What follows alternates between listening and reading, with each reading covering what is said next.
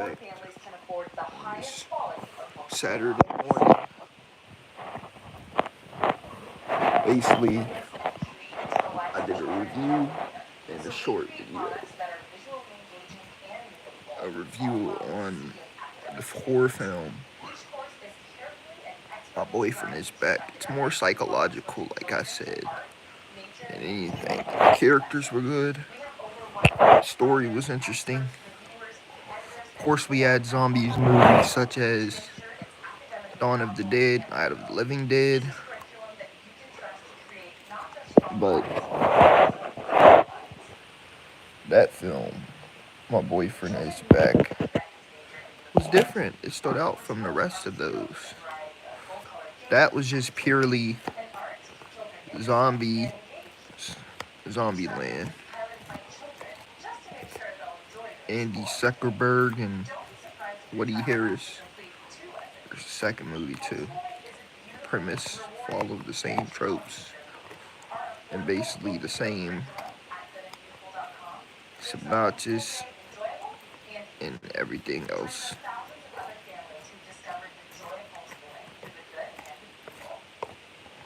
But what they did with this movie is they took a dead dude, brought him back, allowed him to go to the prom with his girlfriend, had a little rivalry with her boyfriend, Bo, who she ends up dumping. We see a lot of other dudes named the same name as the guy with the hat in the film. Because they're football players, her boyfriend Bo and the other dude. But what ends up happening is she ends up falling for the dead guy. So she ends up, I guess what happens though, because I lost sound up until that point, what happened was she eventually ends up dumping the dead guy. Bo still has feelings for her. So what happens is she dumps the dead guy and goes to prom with Bo. To prom with Bo. And then I guess the dead guy tries to do whatever to get her back after seeing her at prom with Bo. There might have been some deaths, but I don't remember seeing many kills in the movie. It's definitely a classic.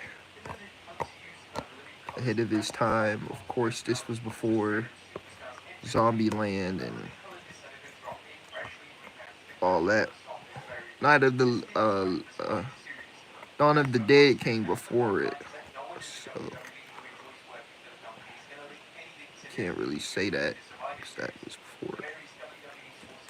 But yeah, cinematography was interesting.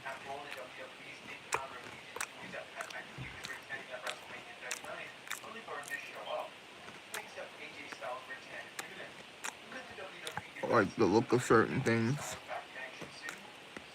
Graveyard looked interesting.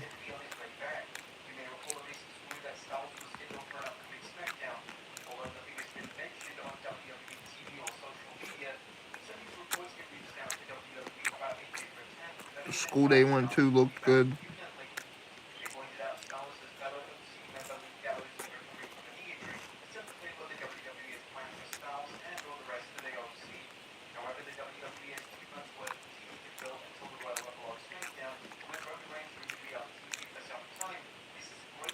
That's why I gave it a high rating. In my opinion, it's a film that deserves a 10 out of 10.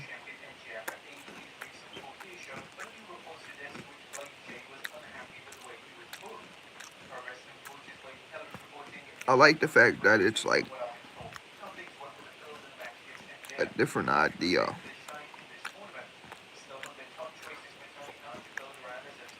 Mr. Hannigan's phone did something similar to that, but that was different.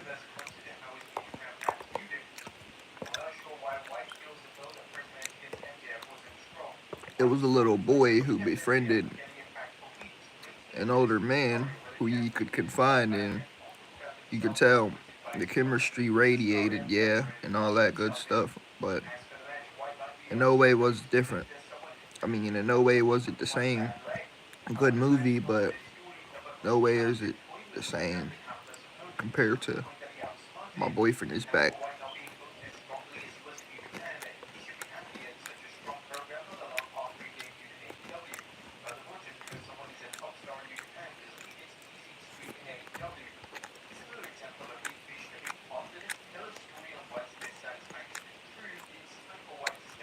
We see this man and the living dead guy interact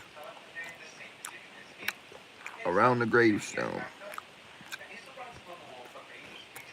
in a very powerful scene. Very powerful.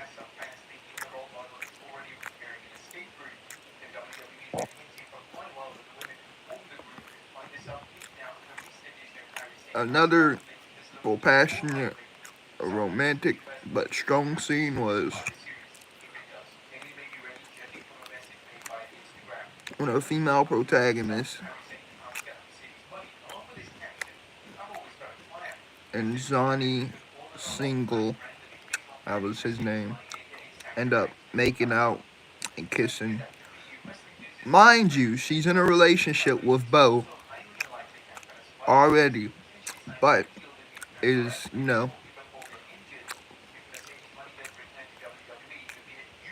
going behind Bo's back to be with this dead dude. I'm trying to look at her perspective. Maybe the dead guy treated her way better than a real life human being Bo did. I did find it a bit convoluting when I seen her and Bo at the dance together.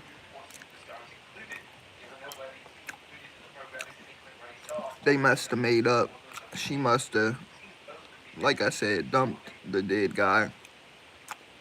Got back with Bo, and boom, they went to the dance together.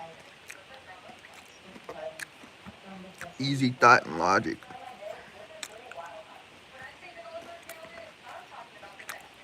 Simple as that.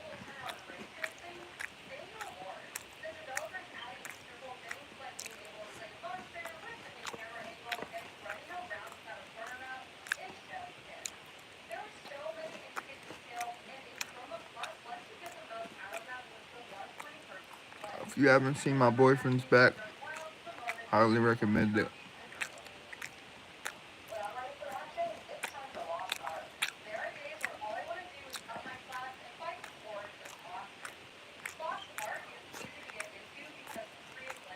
There's also some comedy in there too, which everybody likes comedy.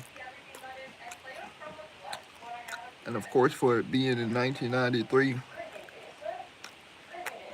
it hit different back then.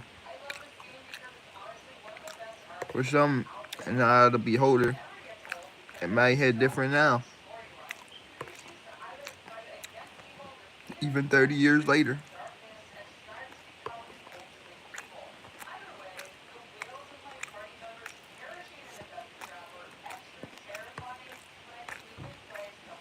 Who knows?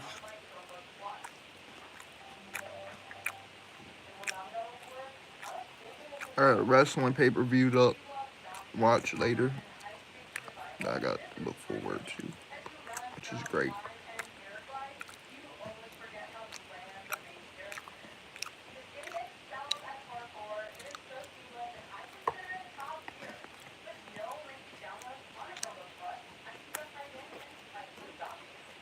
Sorry to change the subject, but I went down to the gym at 5. I was kind of mad psychologically, but I held it in the brain. It was late by the time I got there. I'm like, well, I thought he was still open. So I realized it's 7:30. It damn near closed. So knowing that, psychologically, I left.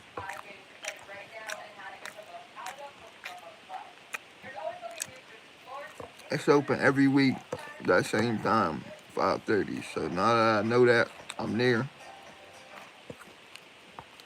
Definitely there.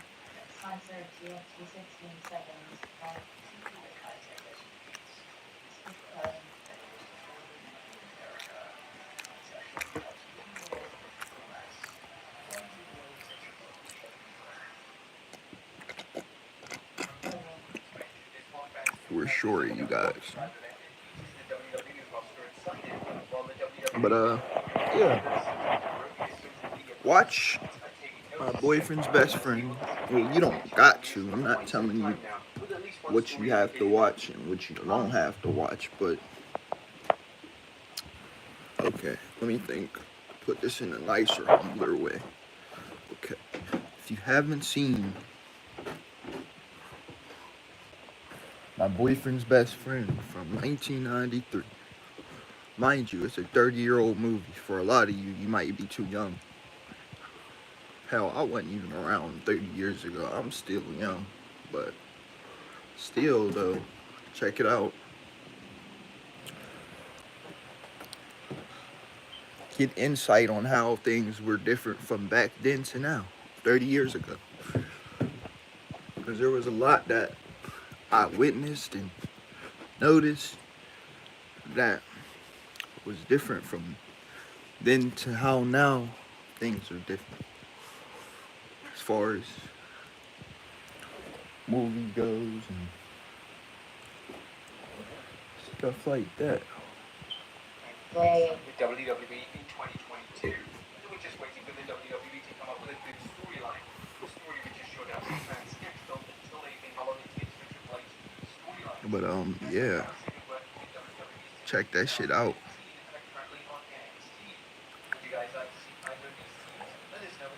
I'm trying to see something different though. Something that ties in, kind of like Bag of Bones. For some, I thought it was better than others. It's how certain things tied in together.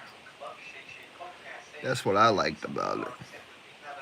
How every story has a beginning, middle, and an end. Flashbacks.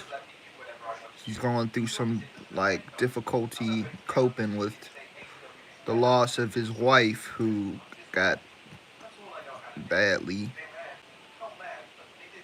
wrecked, who had badly wrecked in a car crash. It resulted in his wife's death. Very powerful moment, very powerful scene, very good movie.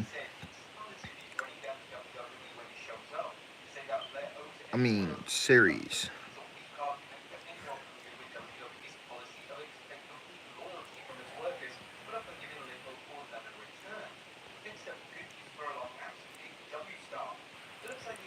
Absolutely.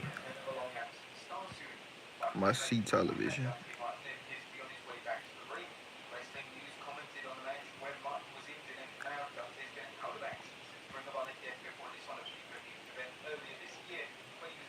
He had some traumatic story work in there though. And the cinematography was definitely not bad at all. Not bad in the least bit.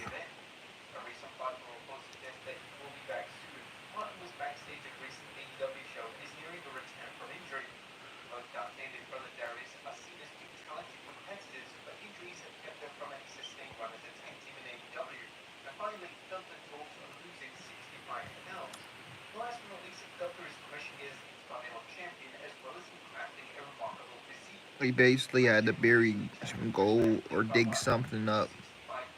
Dig up his wife's body, I believe. He had a story about some girl who was a singer back in the day, and these group of dudes ended up, less the M word, I'm not gonna say it because it's too sad and tragic. And this a situation I could relate to because somebody very special and somebody who brought me into this world had sort of like experienced that sort of thing. So I'm not gonna talk about that word, cause then it'll start to bring up bad memories. But that happened in the series. I forget what the girl's name was, but it was crazy. Bag of Bones was crazy. We seen some tears, which was good acting. The fact that we saw the tears. Some people use fake tears, that whether it's some of the tears don't be real, like on sets. Some might be genuinely real, but I know for a fact they use like water drops, well, eye drops for crying, because I heard that like they talked about that on YouTube in a video, so that's where I got that info. I'm not just talking out of my ass.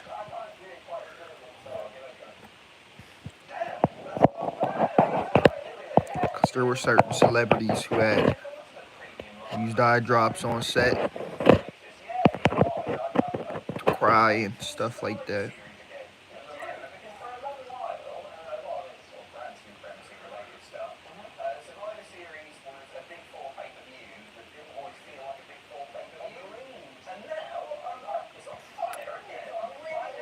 Which is an interesting fact.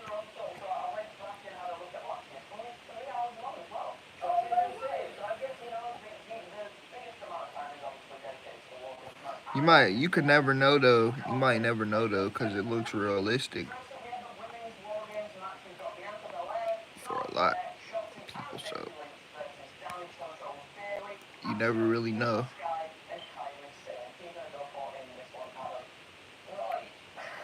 because of how real it be looking.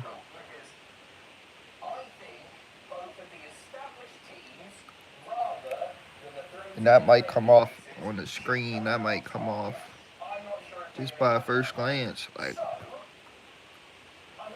sheer realism. Some it might be not so obvious and kind of difficult to see, but for some it might be like blatantly out there that they're using drops on set to help them cry. If they're struggling to tap into that emotional state and cry.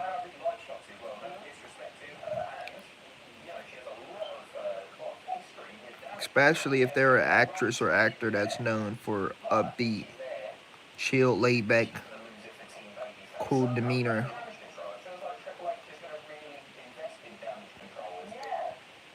For example, say Snoop Dogg, right? Say Snoop Dogg was on set, right? And this guy's known for being chill, laid back, cool, calm, and collected. Say he, like, I think they would trust him enough to genuinely just bring that part out of him. Like, he's too real. Like, I'm sure he's cried, but from movies and music videos, like, I just can't see that in my head. I can't see Snoop crying. Like, I really can't. I mean, I'm sure he has. I'm sure I came across a video that he was crying in, but that was just a thought that came to my head. But I'm not sure or not. That's the thing.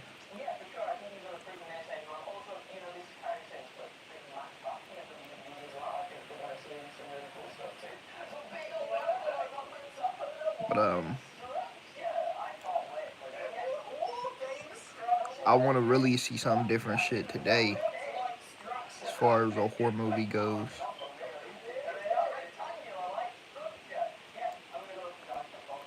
From that same year, 1993.